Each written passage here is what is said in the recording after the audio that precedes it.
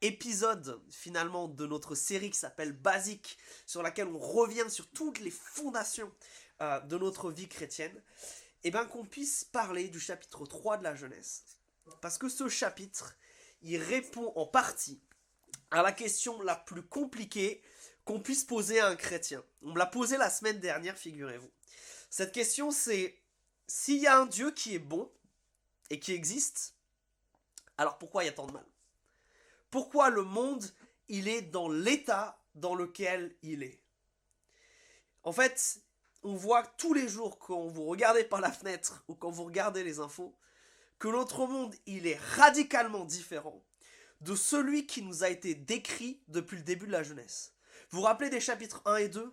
Chapitre 1, Dieu crée un monde ordonné, qui est entièrement bon. Et chapitre 2, il a ce plan où il pose un jardin en Éden, et ce jardin, c'est ce temple dans lequel il habite, et il veut que ce jardin se répande sur toute la surface de la terre, et que les hommes y habitent avec lui et l'adorent. Sauf que ça, eh ben, il y a un problème, parce que si ça avait marché, on verrait pas ce qu'on voit aujourd'hui. Et aujourd'hui, je vous propose de comprendre ce qui s'est passé au travers d'un des événements les plus fondamentaux de notre histoire. Et je vous propose d'ouvrir vos Bibles à Genèse 3. Parce qu'aujourd'hui, on va parler du péché. Le mal, il a un instrument particulier dans la Bible. Et on appelle ça le péché. Et le péché, Dieu, il aime pas ça. Et on va voir comment le péché, ça marche aujourd'hui. On va voir trois choses. Un, que le péché, ça commence toujours par de la tentation. Deux, que le péché, ça entraîne toujours une réaction. Et que trois, c'est qu'il y a toujours des conséquences. Tentation, réaction, conséquences. Et je vous propose qu'on puisse lire les premiers versets de ce chapitre 3. On va voir comment le mal commence à arriver. C'est quoi la tentation? Je vais lire Genèse 3, versets 1 à 7. Le serpent était le plus avisé de tous les animaux de la campagne que le Seigneur Dieu avait fait. Il dit à la femme, Dieu a-t-il réellement dit, vous ne mangerez pas de tous les arbres du jardin? La femme dit au serpent, nous pouvons manger du fruit des arbres du jardin. Mais quant au fruit de l'arbre qui est au milieu du jardin, Dieu a dit, vous n'en mangerez pas, vous n'y toucherez pas, sinon vous mourrez.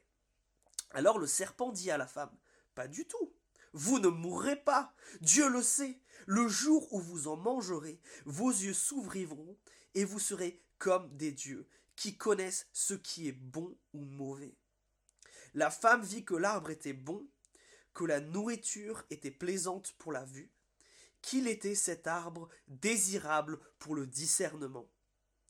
Elle prit de son fruit et en mangea.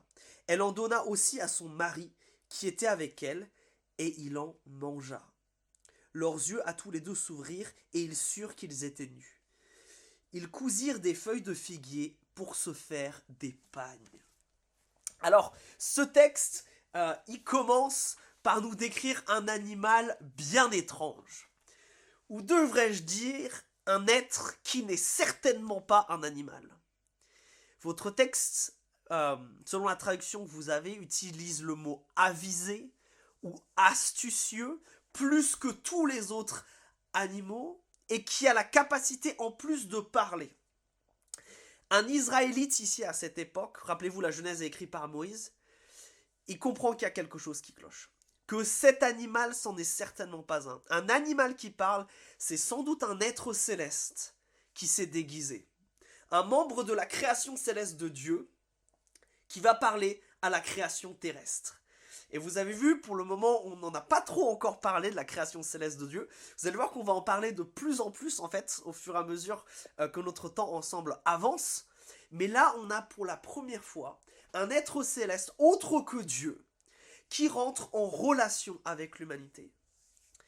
Et comme on va le voir, et comme on vient de le lire, surtout au travers du dialogue qu'il va avoir avec eux, il va leur faire douter. Il va les amener à pécher. Mais pour que le péché se mette en place, il faut qu'il les fasse douter. Et quel est ce chemin finalement? Je ne sais pas si vous l'avez remarqué dans le texte. Comment on arrive à faire douter des gens jusqu'à les amener à pécher? Pour ça, Satan, il va utiliser 3 mensonges.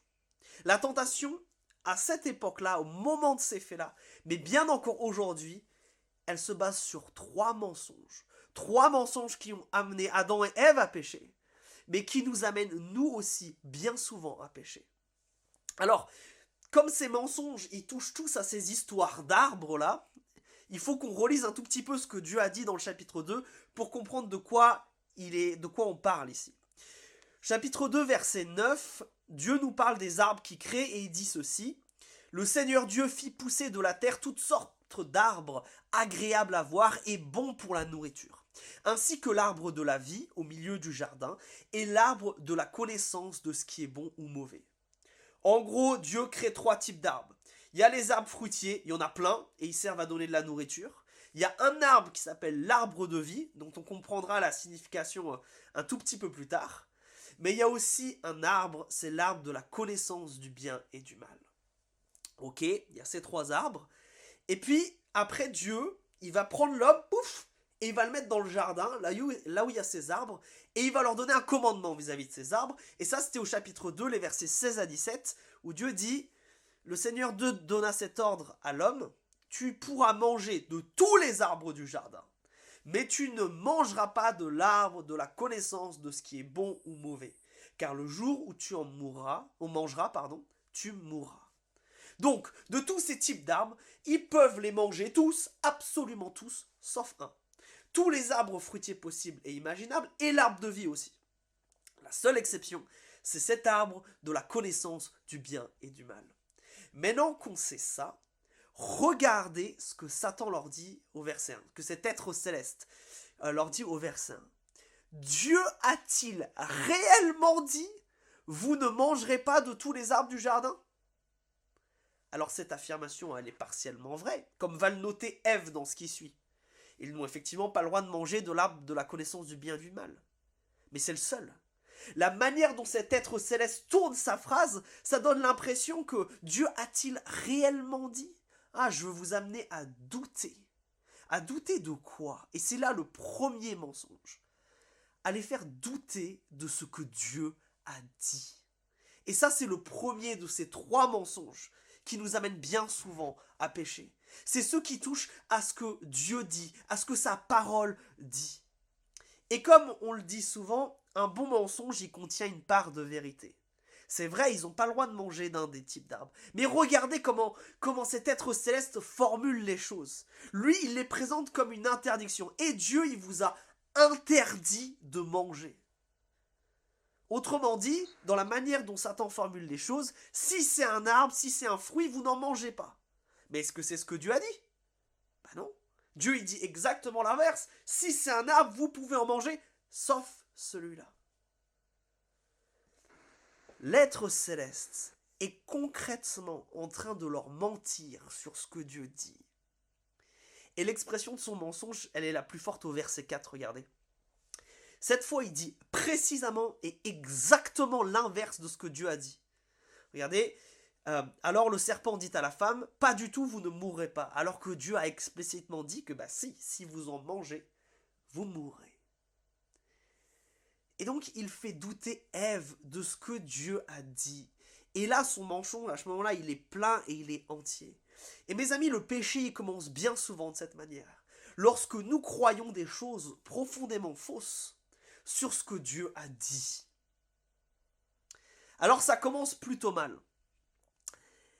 Adam, lui, dit rien. Pendant toute cette scène, il va rester silencieux. Mais Ève, elle répond. Mais regardez comme elle répond, Ève. Relisez-la pour vous-même les versets 2 et 3. Regardez ce qu'elle dit.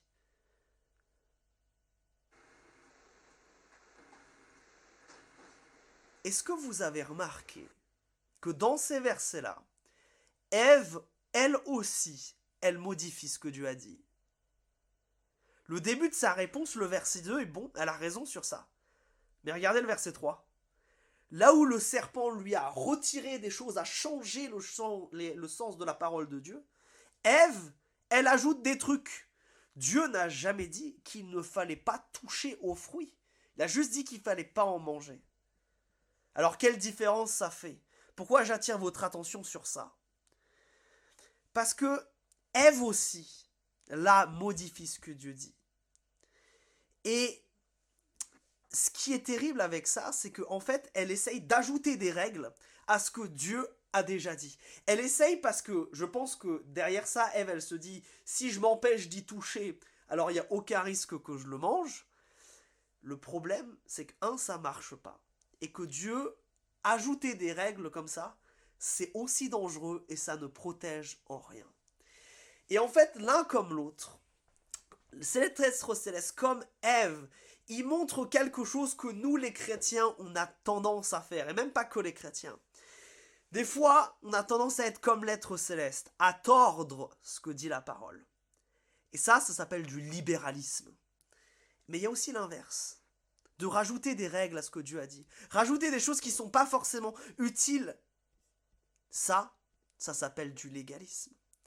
Et toutes ces deux choses, en fait, c'est les deux faces d'une même pièce.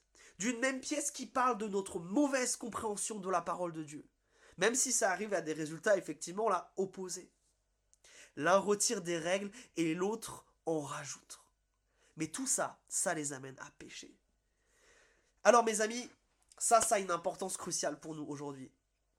Si le péché naît d'une mauvaise compréhension de la parole de Dieu, qui entraîne elle-même un mensonge et qui nous entraîne à pécher, vous comprenez donc l'importance pour nous de connaître et de comprendre l'Écriture, de savoir concrètement ce que Dieu dit pour qu'aucun mensonge concernant ce qu'il dit ne puisse pénétrer nos esprits. Rappelez-vous de Jésus. Au tout début de son ministère, je ne sais plus si vous vous rappelez de cette histoire, il va passer 40 jours dans le désert. Et là, il va être tenté par Satan de plein de manières possibles. Et ce dernier, il agit exactement comme dans notre texte là, en déformant la parole de Dieu. Mais Jésus lui résiste en lui disant, ben non, la parole de Dieu, elle ne dit pas ce que tu viens de dire. Elle dit cette chose-là. Là, il y a un match de ping-pong qui s'engage entre Jésus et Satan, où Jésus utilise l'écriture comme une arme pour lui renvoyer la vérité en pleine figure. Et ça, mes amis, je pense que c'est la première chose à laquelle ce texte nous amène à nous interroger. Qu'en est-il de ta connaissance de la parole de Dieu?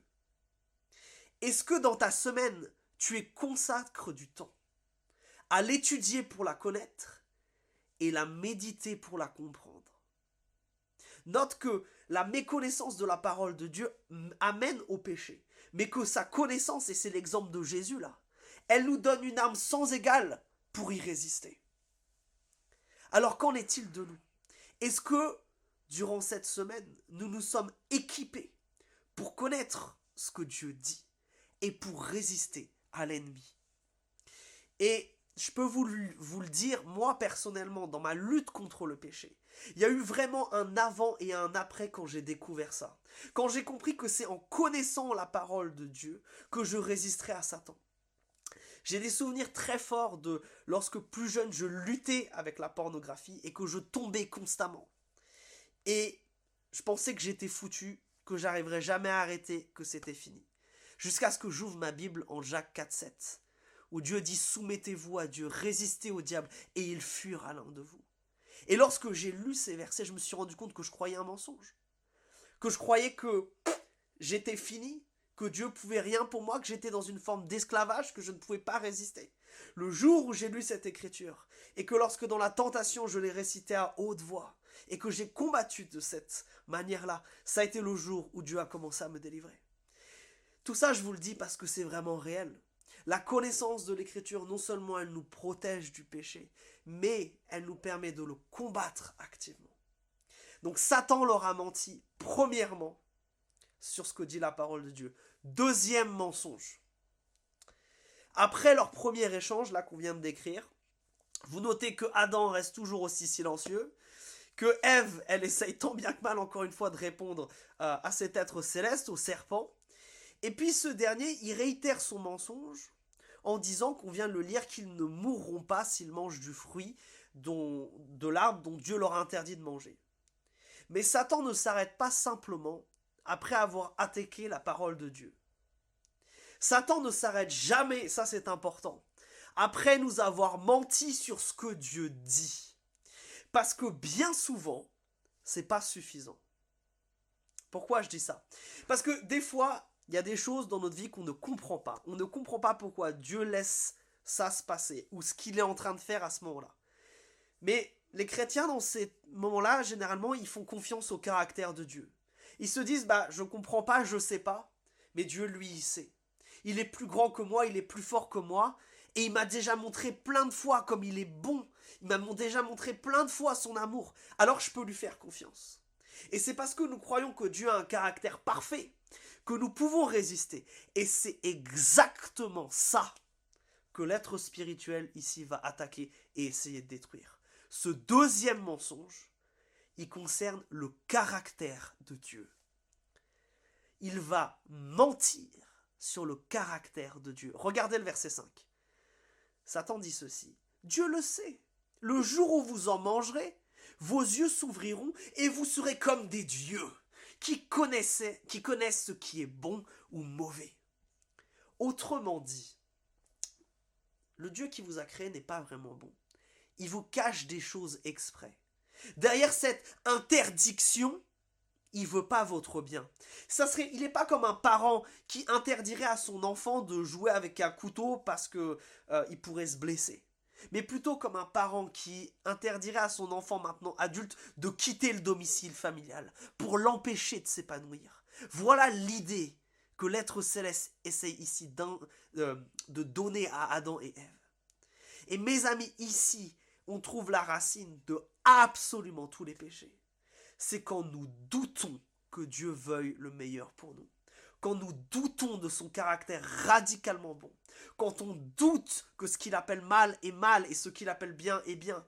Quand on doute quand il nous demande de faire quelque chose, il nous le demande pour notre bien avant toute chose. Pas parce que c'est un Dieu jaloux ou possessif.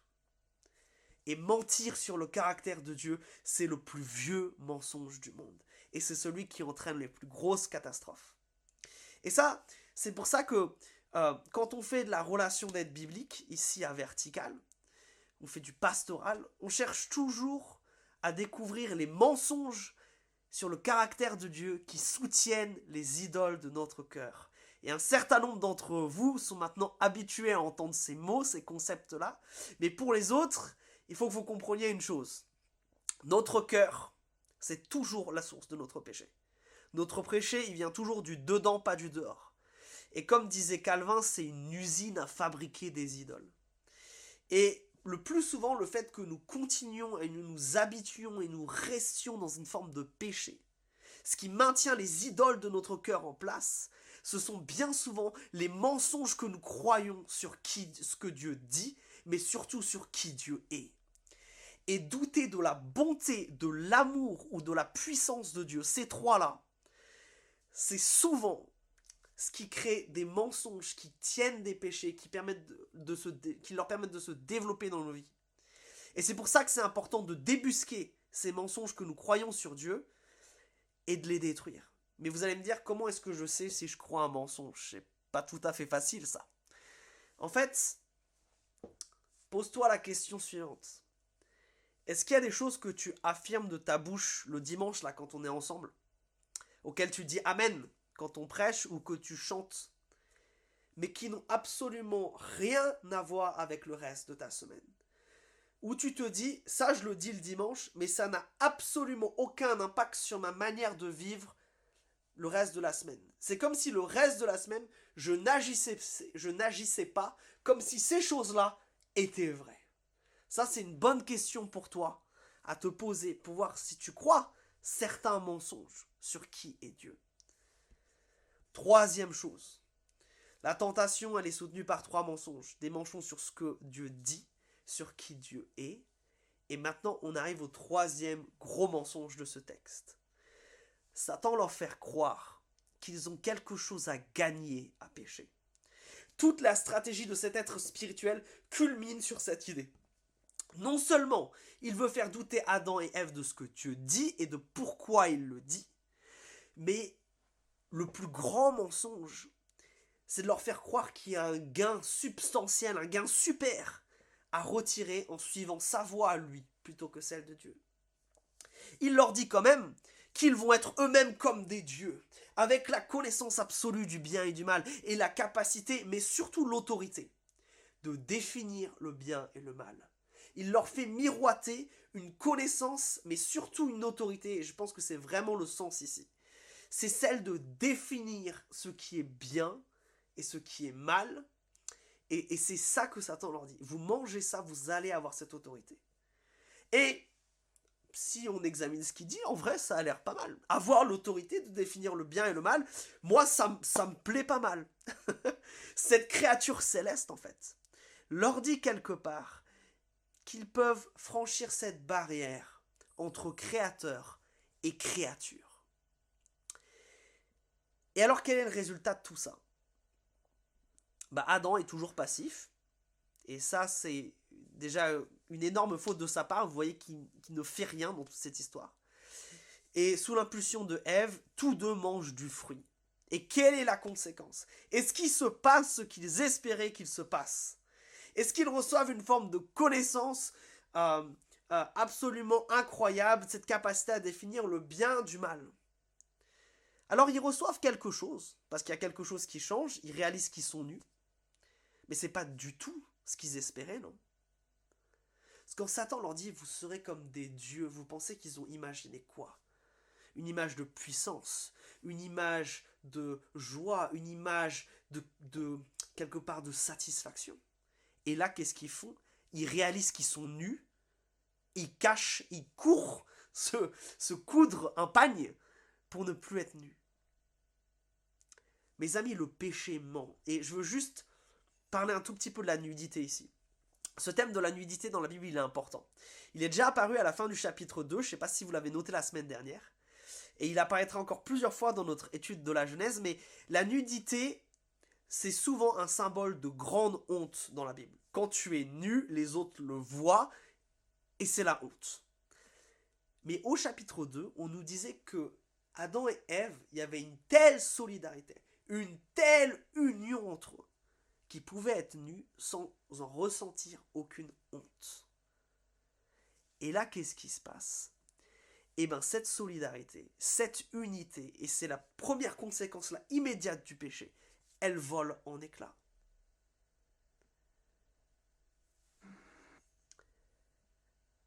Et ça, mes amis, qu'ils croient qu'ils aient accès à une forme de joie et de satisfaction, et que la première chose qu'ils doivent faire, c'est fuir et se cacher, ça, c'est vraiment l'aspect trompeur du péché. Il nous pousse à croire toujours qu'il y a quelque chose de plus, quelque chose qu'on n'a pas et qu'on a besoin absolument, ou quelque chose qu'on doit faire pour éviter un conflit. On a quelque chose à gagner là. En fait, le péché, c'est un peu comme, vous savez, ces pubs qu'on reçoit dans nos spams dans les emails, qui nous promettent de gagner de l'argent rapidement, par une méthode infaillible, si seulement on leur donne 500 € pour commencer. J'espère qu'aucun d'entre vous n'a jamais essayé ça. Parce que le seul résultat de ces choses-là, c'est que vous allez vous retrouver avec un compte bancaire un peu plus vite, un peu plus vide. Le péché, ça marche comme ça. Le péché ne donne rien, il prend. S'il te tend la main, c'est pour mieux t'attraper le bras. On ne gagne jamais en péchant. Et ça, c'est un mensonge auquel nous succombons tellement. On croit qu'on va gagner en péchant. Mais on finit toujours par perdre. Alors, qu'est-ce qui se passe ensuite? Comment tout ce petit monde va réagir? On rentre dans notre deuxième partie maintenant. Comment nous allons réagir au péché? Et on va voir deux choses. Comment Adam et Ève réagissent et comment Dieu voudrait qu'ils réagissent. Je vous propose qu'on reprenne notre lecture à partir du verset 8. Alors ils entendirent le Seigneur Dieu qui parcourait le jardin avec la brise du soir. L'homme et sa femme allèrent se cacher parmi les arbres du jardin pour ne pas être vus par le Seigneur Dieu. Le Seigneur Dieu appela l'homme. Il lui dit « Où es-tu » Il répondit « Je t'ai entendu dans le jardin et j'ai eu peur parce que j'étais nu. Je me suis donc caché. » Il reprit « Qui t'a dit que tu étais nu ? Aurais-tu mangé de l'arbre dont je t'avais défendu de manger ?» L'homme répondit « C'est la femme que tu as mise auprès de moi qui m'a donné de l'arbre que j'ai mangé. » Alors le Seigneur Dieu dit à la femme « Pourquoi as-tu fait cela ?» La femme répondit, « C'est le serpent qui m'a trompé, et j'ai mangé. » Regardez la manière dont nos amis Adam et Ève réagissent au péché. La première chose qu'ils commencent par faire, c'est fuir. Ils essayent de se cacher de Dieu. Il y a certains commentateurs qui pensent que le fait qu'ils choisissent de se mettre, de s'habiller de feuilles, c'est justement pour se cacher dans le paysage. Et ça, c'est souvent notre réaction. Quand on a péché, on essaye de se cacher. Quand on sait qu'on a désobéi, quand on a fait ce qui n'était pas bien, on se cache, on essaye de ne pas se faire prendre. Le péché prospère dans l'obscurité. Et il cherche toujours à nous isoler comme ça. Mais le truc, c'est que se cacher de loin, se cacher de Dieu, c'est ça qui est terrible. Parce que c'est exactement l'inverse de ce que Dieu voudrait que nous fassions. Qu'est-ce que Dieu fait? Il part à la recherche d'Adam et Ève. Alors, vous doutez bien que Dieu étant un être omniscient qui sait tout, il sait très bien où ils sont. Quand il leur pose des questions là, vous ne croyez pas que Dieu essaye d'obtenir une information qu'il n'aurait pas. Il sait très bien où ils sont. Mais Dieu, en leur posant cette question-là, qu'est-ce qu'il veut les amener à faire? Il veut les amener à se rapprocher de lui. Parce que la relation entre eux, elle est brisée par ce péché, elle est brisée par cette fuite.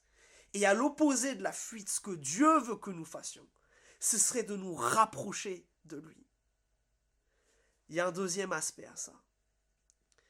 Ensuite, quand enfin ils se retrouvent, Adam et Ève, ils font tous les deux la même erreur. Ils essayent de se justifier, de se trouver des excuses. Et entre autres, ils vont faire que s'accuser l'un l'autre. Ils vont chacun rejeter la faute sur quelqu'un d'autre. En disant, non mais c'est pas vraiment moi le fautif. Ah non, non mais c'est pas vraiment moi. J'étais là, j'ai tout entendu, j'aurais pu réagir. Non, non, j'ai rien fait, j'ai juste accepté un fruit. Non, Adam est terriblement lâche ici. De la même manière, Ève, non, c'est pas moi qui ai trouvé l'arbre beau et qui me suis approché et qui en ai pris. Non, c'est la faute du serpent. Tous les deux ici cherchent à se justifier, à trouver des circonstances atténuantes qui magiquement ne les rendraient plus responsables de leurs actes. Fuir et se justifier, c'est bien souvent ce que nous faisons par rapport au péché. Mais Dieu veut non seulement que nous nous rapprochions de lui, mais toutes ces questions-là à Dieu, elles ont un seul but, regardez. Prenez le temps de les regarder chez vous tout à l'heure. Elles ont un seul but, leur faire admettre qu'ils sont loupés, leur faire admettre qu'ils ont tort, leur faire admettre qu'ils ont péché. Pourquoi? Parce qu'on a un Dieu qui veut profondément pardonner. Mais le pardon ne peut pas se faire sans reconnaissance de faute. Et c'est là tout le problème. Adam et Ève esquivent en permanence, refusent d'admettre leurs erreurs. Et la conséquence, elle va être catastrophique. Alors, qu'en est-il de nous? Qu'en est-il de toi? Comment est-ce que tu réagis au péché dans ta vie? Est-ce que ta tendance, c'est toujours de fuir les conséquences de tes actes, ou c'est de venir à Dieu humblement, arrêter de trouver des excuses et des justifications, confesser tes fautes et demander son aide pour changer? Parce que vous savez ce qui est terrible, le Dieu de la Bible, et là c'est Quentin qui parle plus qu'autre chose, mais le Dieu qui nous est décrit dans la Bible, c'est un Dieu qui pardonne tout le temps, qui est tout le temps prêt à pardonner. Qu'est-ce qui se serait passé? Imaginez-vous un instant ce qui serait passé si Adam et Ève s'étaient repentis à ce moment-là. C'est difficile parce qu'on ne sait pas, mais j'ai du mal à croire que Dieu n'aurait pas pardonné. Et ce qui est dramatique ici, c'est qu'Adam et Ève, en se privant du pardon de Dieu, vont quelque part déclencher toute une série d'événements, toute une série de conséquences du péché qui vont être catastrophiques. Parce que ce péché maintenant, il ne va pas simplement les affecter eux, mais tout ce qu'on va dire maintenant, ça parle aussi de nous. Parce que ce péché maintenant, il arrive dans le monde, ça y est, il s'est installé. Et il va quelque part toucher à toutes les relations humaines. Et on va lire la fin du texte maintenant, versets 14 à 25. Et ça va être notre troisième partie, les conséquences du péché. Le Seigneur Dieu dit au serpent, « Puisque tu as fait cela, tu seras maudit d'entre toutes les bêtes, et tous les animaux de la campagne. Tu te déplaceras sur ton ventre et tu mangeras de la poussière tous les jours de ta vie. Je mettrai de l'hostilité entre toi et la femme, entre ta descendance et sa descendance. Celle-ci t'écrasera la tête et tu lui mordras le talon. Et la femme lui dit, je multiplierai, pardon, et à la femme il dit, je multiplierai la peine de tes grossesses. C'est dans la peine que tu mettras des fils au monde. Ton désir se portera vers ton mari et lui te dominera. À l'homme, il dit, puisque tu as écouté ta femme et que tu as mangé de l'arbre dont je t'avais défendu de manger, la terre sera maudite à cause de toi. C'est avec peine que tu en tireras ta nourriture tous les jours de ta vie. Elle fera pousser pour toi des épines et des chardons, et tu mangeras l'herbe de la campagne. C'est à la sueur de ton visage que tu mangeras du pain, jusqu'à ce que tu retournes à la terre, puisque d'elle tu as été pris, car tu es poussière, et tu retourneras à la poussière. L'homme appela sa femme du nom d'Ève, vivante, car elle est devenue la mère de tous les vivants. Le Seigneur Dieu fit à l'homme et à sa femme des habits de peau, dont il les revêtit. Le Seigneur Dieu dit, l'homme est devenu comme l'un de nous, pour la connaissance de ce qui est bon ou mauvais, que maintenant il ne tende pas la main, pour prendre aussi de l'arbre de la vie, en manger et vivre toujours. Le Seigneur Dieu le renvoya du jardin d'Éden, pour qu'il cultive la terre d'où il avait été pris. Après avoir chassé l'homme, il posta à l'est du jardin d'Éden des chérubins et l'épée flamboyante qui tournoie, pour garder le chemin de l'arbre de vie. Alors je veux vous parler rapidement de ce qui arrive au serpent, à cet être céleste, avant qu'on s'intéresse vraiment à Adam et Ève. Parce que lui, pour son rôle dans la chute de l'humanité, cet être, il va être comme lié, retenu. Il va comme perdre de sa puissance et de l'autorité qu'il avait. C'est le sens de ces mots-là. Tu te déplaceras sur ton ventre et tu mangeras de la poussière tous les jours de ta vie. Un serpent, ça ne mange pas de poussière. Quelle est l'idée derrière ça? Un serpent, ça a deux positions. Les Hébreux, ils le savent bien parce qu'ils viennent passer du temps en Égypte, ils en ont vu plein des serpents. Un serpent, soit c'est debout, sur l'arrière de sa queue, entre guillemets, il est debout. Et là, il est prêt à attaquer, il est prêt à mordre, il est prêt à se lancer en avant. Ou alors, il est replié sur lui-même, il est par terre. Et il rampe sur le sol et il est inoffensif. Ces mots-là, ils ressemblent vachement à des mots que les Israélites ont entendus plein de fois, qui ressemblent à des incantations pour faire taire les serpents, que les charmeurs de serpents, que les prêtres utilisaient à cette époque-là. Globalement, qu'est-ce que Dieu dit là, pour résumer? Dieu punit cet être céleste. Il réduit son autorité. Il le lie. Ça ne veut pas dire qu'il ne pourra plus faire de dégâts, mais sa puissance est grandement limitée. Et en plus, il va créer une forme d'inimité entre ceux qui vont le suivre et ceux qui vont être dans son train et les hommes. Il va y avoir entre eux ici le céleste et le terrestre, surtout le céleste qui veut du mal à l'humanité, une forme de guéguerre. C'est cette idée de je te mords le talon et je t'écrase la tête. Ça, c'est ce qui concerne lui. Mais regardons les conséquences plutôt pour nous, parce que c'est celles qui pratiquement nous concernent. La première conséquence, et je pense que c'est la plus terrible, c'est une conséquence qui est relationnelle. Le péché détruit les relations. Regardez ce qui se passe pour Adam et Ève. Quelque chose de terrible se produit suite à leur découverte de leur nudité. Vous vous rappelez que je vous disais que cette nudité et le fait d'être nu sans honte, ça symbolisait cette solidarité particulière entre deux. Cette solidarité pour la vie et pour la mission. Eh bien, elle vient de voler en éclats. Là où il y avait solidarité entre les deux, maintenant il y a une notion de désir qui ne sont pas comblés et il y a une domination qui est imposée. Et ça, c'est catastrophique. Parce que ce n'était pas le plan de Dieu pour le couple à la base. Cette solidarité-là est détruite par des désirs qui ne sont pas atteints et par une domination qui est exercée qui ne devrait pas avoir lieu. L'unité vole en éclats. Deuxième conséquence, qui touche toute la création cette fois. La création qui était censée être un endroit bon avec de la vie, eh bien il y a la mort qui concrètement rentre en jeu. La mort arrive. Et ça se manifeste aussi par le rapport entre les hommes et la création. Là, vous vous rappelez que le but de l'humanité, c'était d'étendre le jardin, vous vous rappelez de ça? Et pour y arriver, il faisait deux choses. Il cultivait, et puis il se reproduisait, il se multipliait. Et ces deux choses-là, ici, elles sont mises en cause. La femme va avoir du mal à mettre au monde des enfants, et l'homme va avoir du mal à cultiver la terre. La mission paraît entre autres compromise. Et enfin, il y a des conséquences terribles dans leur relation avec Dieu. Ils sont séparés de Dieu, ils sont chassés d'Éden. Dieu les chasse de sa présence, et pire que ça, il leur interdit l'accès. Tout le dernier verset là, qui est un peu bizarre, où on nous parle de chérubins, on parlera plus tard de ce que ça veut dire, mais ces espèces, c'est des êtres célestes aussi, qui gardent cet endroit, qui empêchent qu'on y accède. En plus, il y a cette espèce d'épée enflammée qui tourne, c'est-à-dire qui peut toucher toutes les directions. Personne ne peut plus rentrer dans la présence de Dieu. Et ça, c'est terrible. Parce que, avant, il nous suffisait d'être humain pour être en présence de Dieu.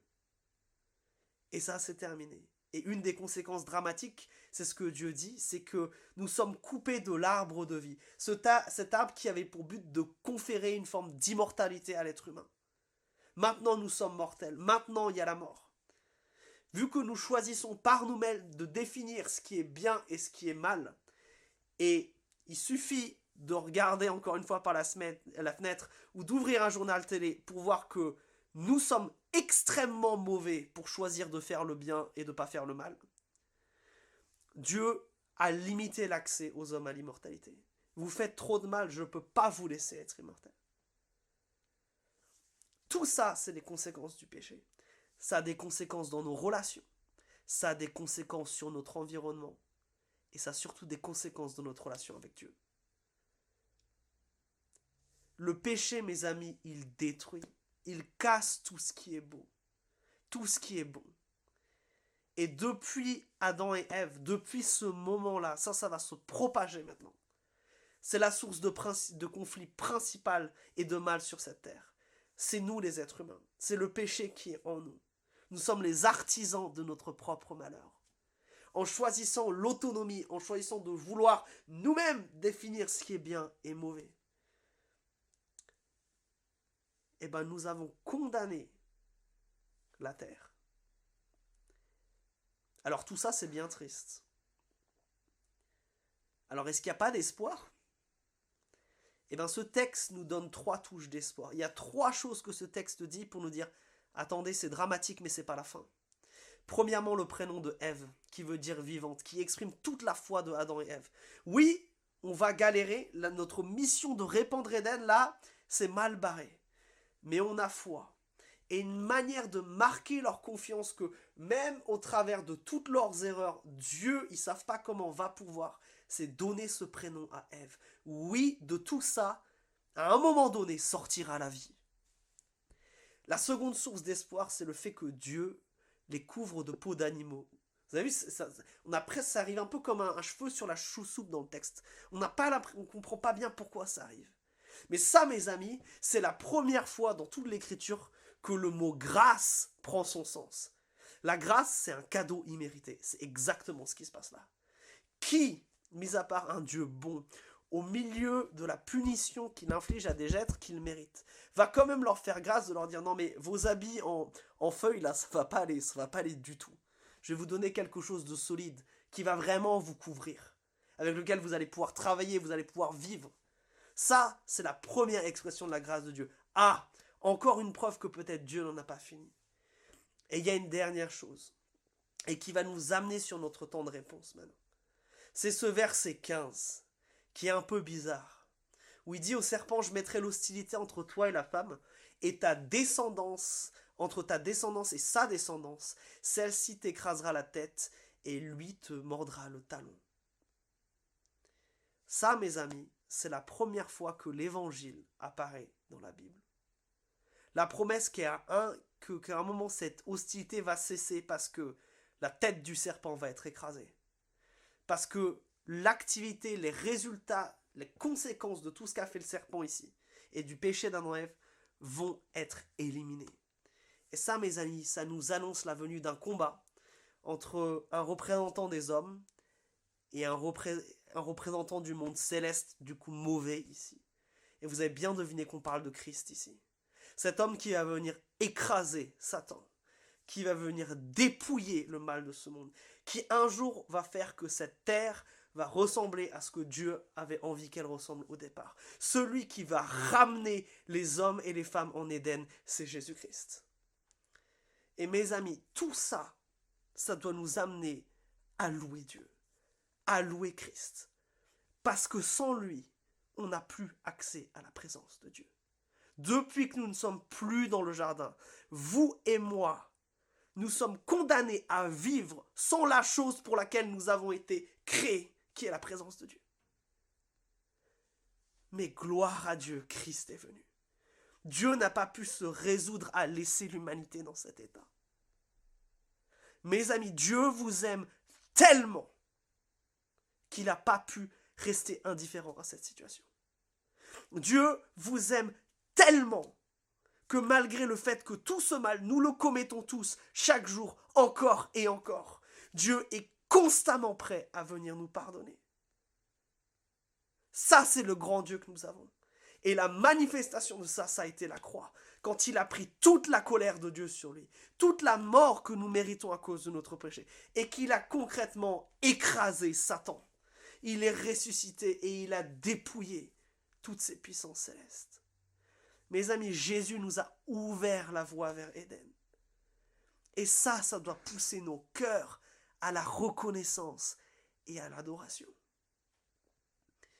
Et il est temps de répondre à ce que le Saint-Esprit nous dit dans ce texte. Mes amis, je veux vous inviter maintenant à prendre un temps de silence là où vous êtes, à fermer les yeux et à penser à ça. Peut-être que c'est le moment pour vous de demander pardon à Dieu, de revenir vers lui au lieu de fuir, de confesser des choses que vous avez besoin de lui dire. Et après un temps où on veut vraiment du coup vous inviter à prendre ce temps seul avec Dieu, on veut répondre collectivement et tous ensemble ensuite, le louer et l'adorer. Pourquoi ? Parce que nous avons l'assurance que si nous confessons nos péchés, Dieu nous les pardonne. Alors prenons ce temps chacun là où nous sommes et ensuite adorons Jésus parce qu'il nous a réouvert le chemin